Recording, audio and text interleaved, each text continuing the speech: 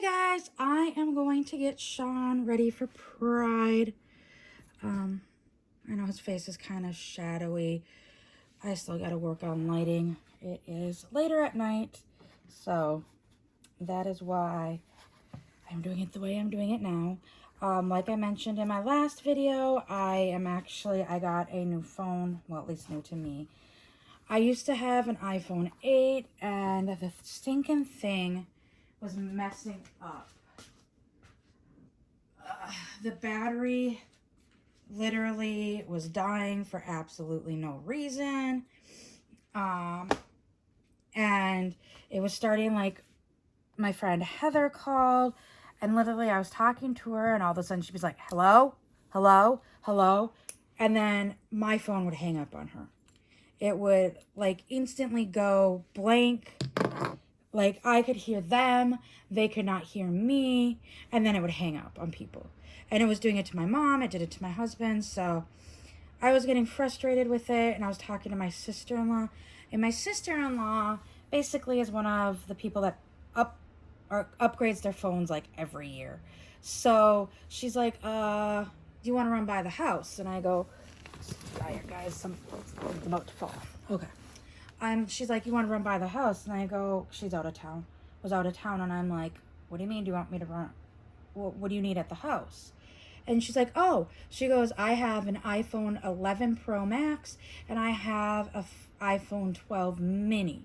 She goes, you can take either one, because right now she has a 13 mini. And I'm like, seriously? And she's like, yeah, both work. She goes, figure out which one you like best, and it's yours. I'm like, are you serious? And she's like, yeah. She goes, it's just sitting in my closet doing nothing anyways, so might as well use it. And so I picked the 13 Pro Max because it had more memory on it, as well as it had a better camera. So anyways, I'm starting to kind of work with it, like right now. Like, you can zoom in, zoom out while filming, unlike how the zoom was on, like, there's 3 cameras on this one. So I have 3 options of which camera to film with. So I'm really liking that, but you're still kind of working on, like, shadows and stuff. So anyways, let's get to dressing Shawn. I'll show you what's on him now, because I did not do a changing video putting this on him. He was actually still kind of in winter clothes, and he was looking too hot. So one day I just dressed him. And this actually I got when Tracy and I went shopping. It said Best Buds with Papa. It's like a dark heather gray, and it's got 2 little bees on it. And then I paired it with these light gray heather shorts. Light heather gray shorts. This was Carter's 6 months. I bought this, and I bought this in Shawn's size, and I also bought it in another size in case we adopt another baby, or if we end up, you know, having another one. Who knows with how the world's going, but I would rather, if I could have, I would have bought it in every size they had. But I knew realistically that was not something that financially would have been the best idea. Sorry guys, eyes a little dirty. So I got a size 6 month for Shawn, and I believe I bought like an 18 or 24 month to put away. And that's just because it's got the bees, and it has with Papa on it. I know my kids call my husband's dad Papa too, but what it was when my kids were growing up, they were going to call our babies. My dad wanted to be Papa. My mom wanted to be Grandma. Or no, my dad wanted to be Grandpa, and my mom wanted to be Grandma. My husband's dad was going to be Papa, and then his stepmom just always went by her first name.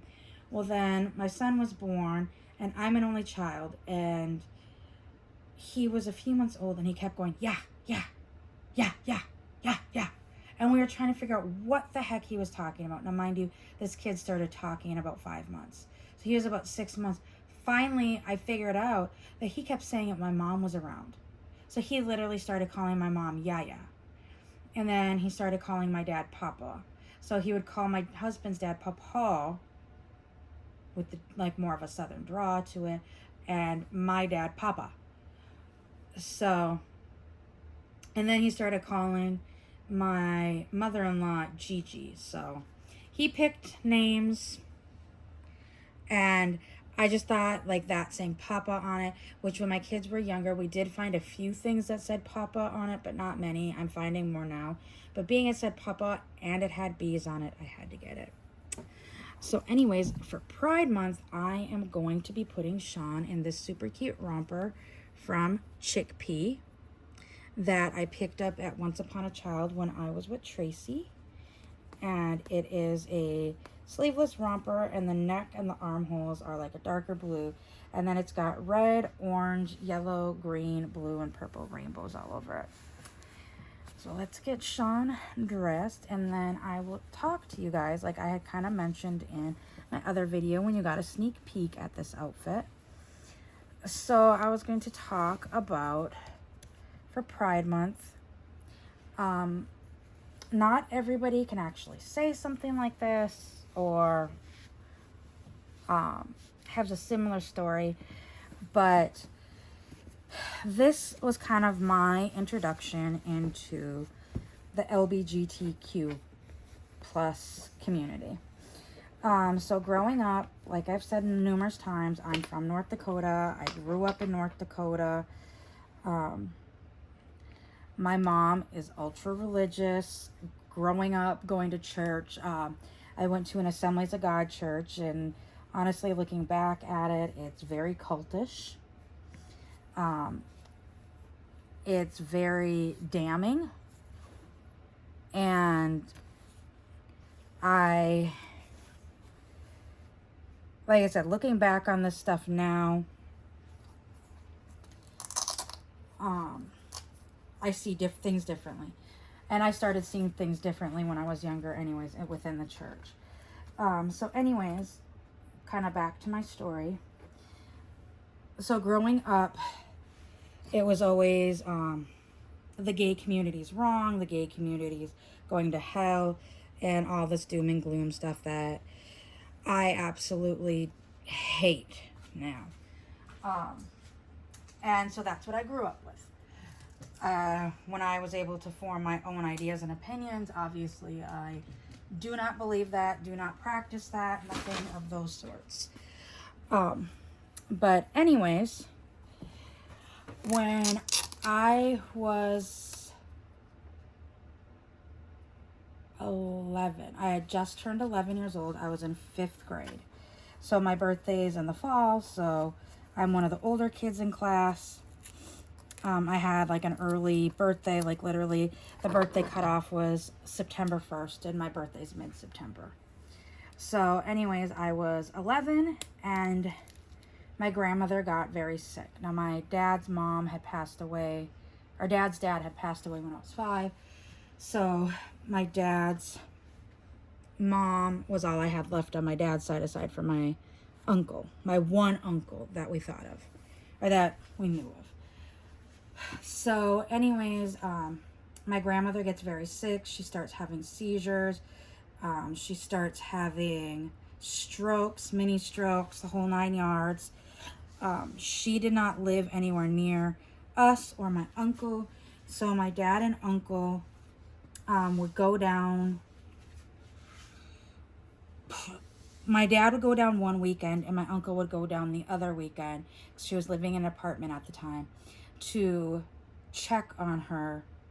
So they would alternate weekends. Well, it got to the point where they needed to put her in a nursing home. So, and I remember this very vividly.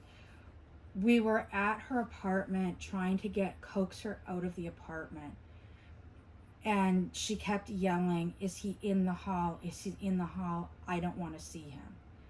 Well, it never made sense to us until later what that meant. We thought she was thinking my grandfather was in the hall, although my grandfather never lived in this apartment with her. So we were all kind of confused. Well, my grandmother lived in the nursing home. She lived for a few more weeks, and ultimately she passed away beginning to mid-April 1994. So early 90s. Um, Literally, my little cousin, who was just about to be 2 at the time, his birthday was in July, and this happened in April. I was 11, so he would have been 1. Um, we're 10 years apart. Anyways, so my grandmother passes away, and the funeral comes up. Everything's going like a normal funeral. And I, once again, remember this very vividly. I remember her passing away. I was actually afraid of nursing homes for the longest time because of that. But anyways, we're at the funeral, and after funerals, the funeral was at a funeral home. It wasn't at a church. And afterwards, being it was from a small, he lives from a small town, they had like the little gathering that they usually have after funerals for like sometimes a small meal, finger food, cake, just, kind of sit around and talk about the recently departed, memories about the person, memories about family, whatnot. And that was all over, and most of the family had left, friends had left, and it was just my mom, myself, my dad, my uncle, my little cousin, my aunt, and a few of their cousins, my dad and uncle's cousins. And I remember sitting, so this was, like I said, a small town church or school. So their gymnasium was their cafeteria, was their theater. And there was like a stage in this gymnasium theater. And I remember sitting on the stage, like my legs were dangling off the stage, and my little cousin was climbing up the steps onto the stage. And my mom and dad were standing next to me, and my uncle was kind of trying to coax my cousin up the steps, because that was his son, onto the stage to come sit by me, because they wanted to do a family picture of all 6 of us. Now, I'm an only child and my cousin's an only child. And so they were trying to get their cousin, one of their cousins that was still there, to take a picture of all 6 of us, which honestly, the picture then never happened after this. So he's trying to coax him up. My aunt is kind of walking him up. She gets him up. He sits next to me. My aunt comes back and is standing by my uncle. So now the 6 of us are all, I'm sitting on the stage. My cousin's sitting next to me. My mom and dad are standing by the stage. My aunt and uncle are standing by the stage. And then my uncle kind of yells for one of the cousins to come grab his camera to come take the picture. So the cousin comes or grabs the camera, and as that cousin is doing that, another cousin of theirs came up to them and said, "Hey, you guys have a brother." And my dad and uncle, like I said, this is why the picture never happened, were just utterly confused, like, what the heck is going on? So they're like, "Yeah, you guys have an older brother." And my dad and uncle are like, "No, we don't. It's just the 2 of us." And they're like, "No, you have an older brother. He was adopted from birth." So after confirming it with a few other family members that they indeed did have an older brother, my dad went on a quest to try to find his brother. And it took a few months. So this was April. And they contacted different agencies around the area. They were able to find the agency he was adopted through. They were actually, the records were sealed by the state. The agency was able, with the death certificate, to unseal the records and then start trying to look for my other uncle. They didn't have to look very far, because he honestly, for the most part of his life, did not go far from the area that they grew up in. Like, literally, we found out later that him and my dad used to always go to the same bar on Friday nights. And my dad, they're both like, we could have been belly up onto the bar next to each other and didn't even know we were brothers. But anyways, so they found my uncle because his mom had never moved, and his adopted mom was still alive. So she passed the information on to my uncle. So we'll call him W. Then called my dad and my uncle C back and said, "Hey, we found your brother. we've contacted his adopted mom. She's going to pass your guys' information on to him. If he wants to meet you or have contact with you, he has all the information, so he will be able to do that at his free will. So that happened in June. By a few weeks go by, we hadn't heard anything from him, so my uncle C and my dad both just assumed he wanted nothing to do with them. So we went on with our lives. And once again, I remember this vividly. We were home one night and we got this phone call from Minneapolis, Minnesota. And my mom answered it. Now, mind you, this is just like around when caller ID is coming out. We were one of the first people in our family to get caller ID. So that's how I knew it was from Minneapolis. I remember answering the phone even. And it was a man on the phone asking if my dad was there. So I'm like, yeah. So I gave the phone to my dad, and it turned out it was my Uncle W. And him and my dad ended up talking for like 6 hours that night on the phone. And it was agreed that in August we were already going to Minneapolis for something else, but we would be meeting up with him while we were in Minneapolis because that's where he currently lived. And he then prefaced to tell it to my dad, before we meet, I just want to tell you I am gay, so if that's going to be a problem, I understand. Now, mind you, there was a lot of homophobia back in the early 90s, especially with the AIDS epidemic being fairly new and all that. My dad's like, that's not a problem, because it wasn't for my dad. Now, my mom, of course, oh, I don't condemn him. I condemn his lifestyle. BS. You're condemning him. So, anyways, he said, my dad's like, yeah, that's not a problem. I really want to meet you. And he's like, good, because I have questions about myself that maybe you guys can answer. And then he also said, one more thing. I do have AIDS. So we went into this, all we knew was he was gay and he had AIDS, and a little bit that him and my dad talked about. So we go to Minneapolis, we're there for what we're there for, we leave and we meet him in uptown Minneapolis. Now, those that don't know Minneapolis, uptown Minneapolis is the very cultural center of Minneapolis. So there's lots of, like, Pride will be held probably in uptown Minneapolis. It's very a liberal area. It's very cultured, like I said. Like, it's very, there's a lot of culture there. And we met him at this little cafe. And I don't have the picture, so, and I wouldn't even show it anyways, because my uncle is no longer with us, so is my dad, and I will not show my other uncle's face because that's just not my prerogative, or that's their privacy and their stuff. So anyways, we met at this little town in uptown Minneapolis, and I remember being in this cafe, and I remember my mom warning me, well, you've got to remember, W has AIDS, so be very careful around him. Be very careful around him. Once again, not much was known about AIDS. Like, literally, first thing out of my mom's mouth was, if the kids get too close to you, will your saliva give them AIDS? I mean, that's, yeah, that just should explain a lot right there. So anyways, I chose to sit next to my uncle. I chose that. I literally sat between my dad and Uncle W. And then I listened to him talk to my dad and Uncle C. And then, like, my mom and aunt would kind of throw things in there here or there. But my aunt was too busy chasing around my little cousin, who now is 2.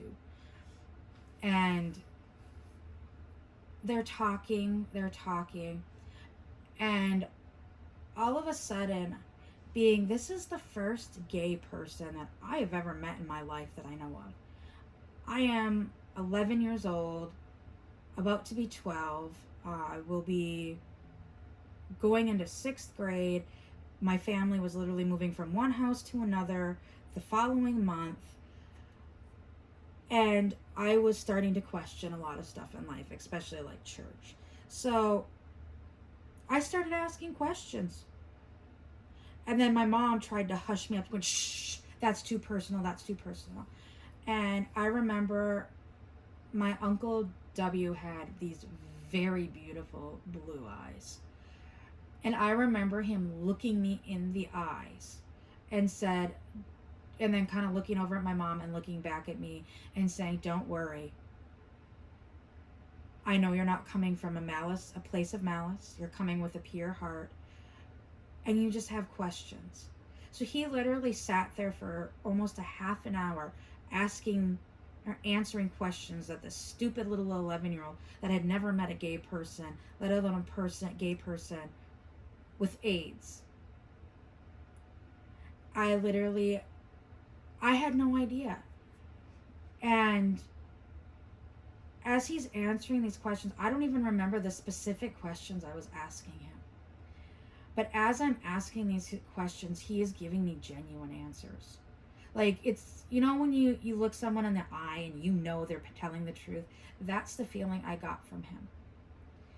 And when we left, see, my dad was a little bit hesitant about meeting him. He was okay with it, but he was hesitant because his brother C wanted to meet him. After the meeting, his brother C kind of didn't feel a connection, but my dad did. So my dad still kept in contact with my Uncle W. After we left, my Uncle C really didn't talk to him much afterwards. And I felt at peace as a child with the answers I was getting. Like, I was getting truthful, honest answers. I mean, obviously he wasn't getting graphic or vulgar with some of the questions I was asking. Like, literally, I do remember one of the questions was something along, like, how does it work to be gay? And he's like, it's just, I feel it's something you're born with. And the one answer I do remember is he said, I was born gay. He said, all through high school, dated girls. I got out of high school. He was a teacher for a while. Got my teaching degree and married a woman. And he said, still to this day, she is my very best friend. He said, but I hit a point that my adopted mom said to me, W, because he said, I told her I was getting frustrated in my marriage. And he goes, I loved her, but I wasn't in love with her. And that's when his adopted mom said, W, just admit it, you're gay. And he said that's when he came out to himself. And he goes, once I admitted that and I went home and said that to my best friend, ex-wife, she's like, everything makes sense now. And they ended up getting divorced. He was in a few different male relationships and wound up getting AIDS in one of them. And he did have a current partner. Now, once again, mind you, this is back in the early 90s, so gay marriage was not legal. So you had a partner or a boyfriend. And we never did meet his boyfriend, and I don't remember what his boyfriend's name was. But, so we never got to go see him again because we only went to Minneapolis typically in the summer. And this was August, so school was about to start. Like I said, my family and I were moving into a new house. I remember in November coming home from school, both of my parents worked, and the phone rang. It was a Minneapolis number again. I thought it was W because him and my dad kept in contact, and it was the number that I recognized from when W would call. And then I thought, well, wait a minute, this is weird. They're calling at 4 o'clock in the afternoon. W knows my dad works till 5 and knows my dad typically doesn't get home till 5:30, 6 o'clock because he goes and picks my mom up from work first before they come home. And so I answered the phone, and it was W's partner, and he was crying. And he asked if my dad was there. And I said, knowing who it was, I said, no, sorry, he's not. He's still at work. Can I take a message and have him call you back? And he said, this is then his name, W's partner, your dad can call me back if he wants to, but I just wanted to inform you W has passed away. He lost his battle to AIDS. And at that moment, my whole view, what I had grown, like I said, as a kid, I came out feeling different about the whole LBG. Well, of course, at that time, it was just gay, lesbian.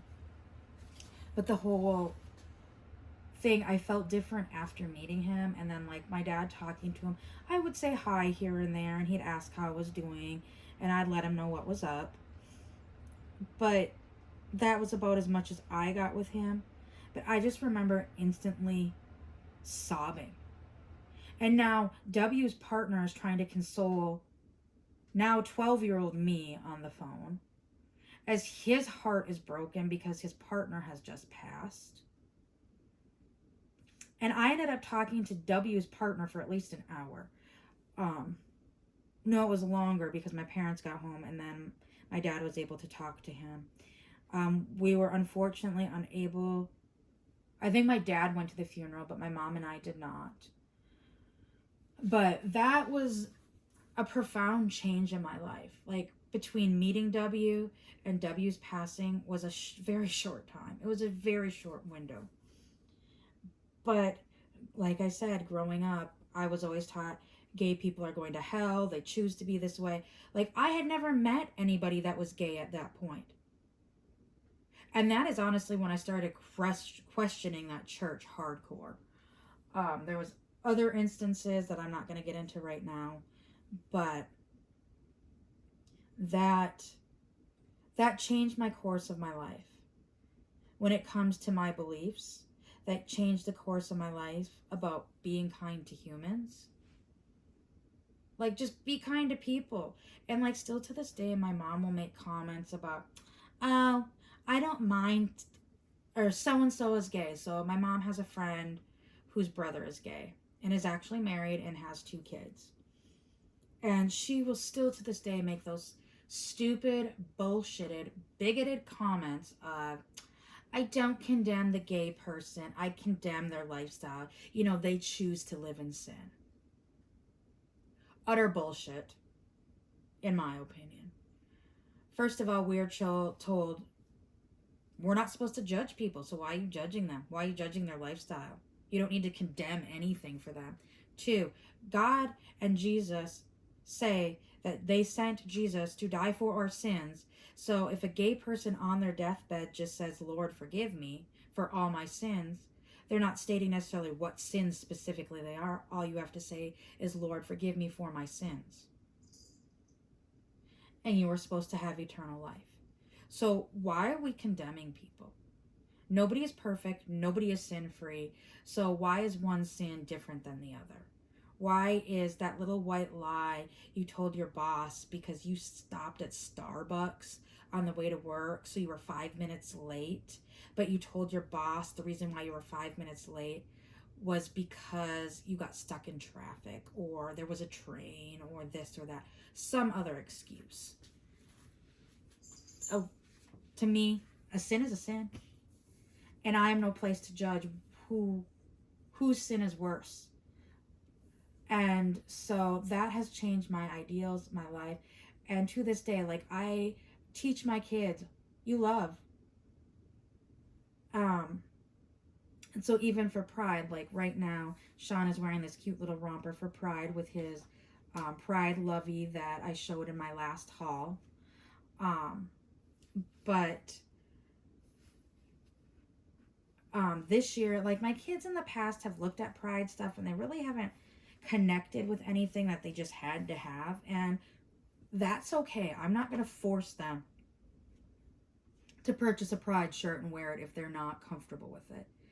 But this year, my daughter found this really cute dress at Target. It wasn't with their Pride stuff specifically, but it's a really cute rainbow colored striped dress. And she is in love with it. She loves rainbows anyways. And she absolutely adores this dress. She has already worn it like 3 times in the last week because she just keeps washing it. I'm like, dude, you're going to wash all the colors off of it. She's like, but it's Pride Month, so I got to wear this dress. And my son actually picked out his from the Pride collection. And it has everybody, and it says everybody like in the rainbow, and then it has like the skin tones. So it's like tan, brown, black, and then like a peachy color, so like colors, and it just says love everybody. No, everybody welcome. So everybody is the multicolors, and I believe welcome's in black, I think. And he saw that shirt at Target, and he goes, Mom, can I get that? Sure. So my kids did pick out something to wear to show that they are both allies. I haven't found a shirt. I did last year, and I picked it up and I carried it around, and I convinced myself I didn't need it. And then this year so far, I haven't really liked any of the adult Pride shirts I've been seeing. So personally, I do not have a Pride shirt, but all year I have my Pride from Five Below rug that actually says outdoor rug at my front door, that it's the rainbow flag, and it says everybody's welcome. But I am teaching my kids love. I am teaching my kids, it doesn't matter if you're black, white, Asian, yellow. I don't know why I said yellow. That would be somebody that's jaundiced. Asian, Hispanic, Native, any nationality, any color of the rainbow. We all bleed red. All of our organs are the same color on the inside. So why does the melatonin in our skin dictate how you feel about somebody? 1, 2. If 2 guys want to love each other, let them love each other. It's not affecting you in any way, shape, or form, aside from they're spreading love. So you just spread love with them. So that's kind of, my mom still gets mad about me with my kids teaching them that, but that's my feelings. That's my beliefs. I don't want to spread hatred. I don't want that. So anyways, I know that this video has gone on way too long. Typically, I like to keep my videos 10 minutes, 15 tops, and we're over 30. So anyways, guys, I hope you have a great week. And just get out there and spread the love. That's what Pride is about. Pride is about showing love. Showing love to everybody on the rainbow, everybody on the spectrum. So I hope everyone has a great day, and I will see you all later. Bye.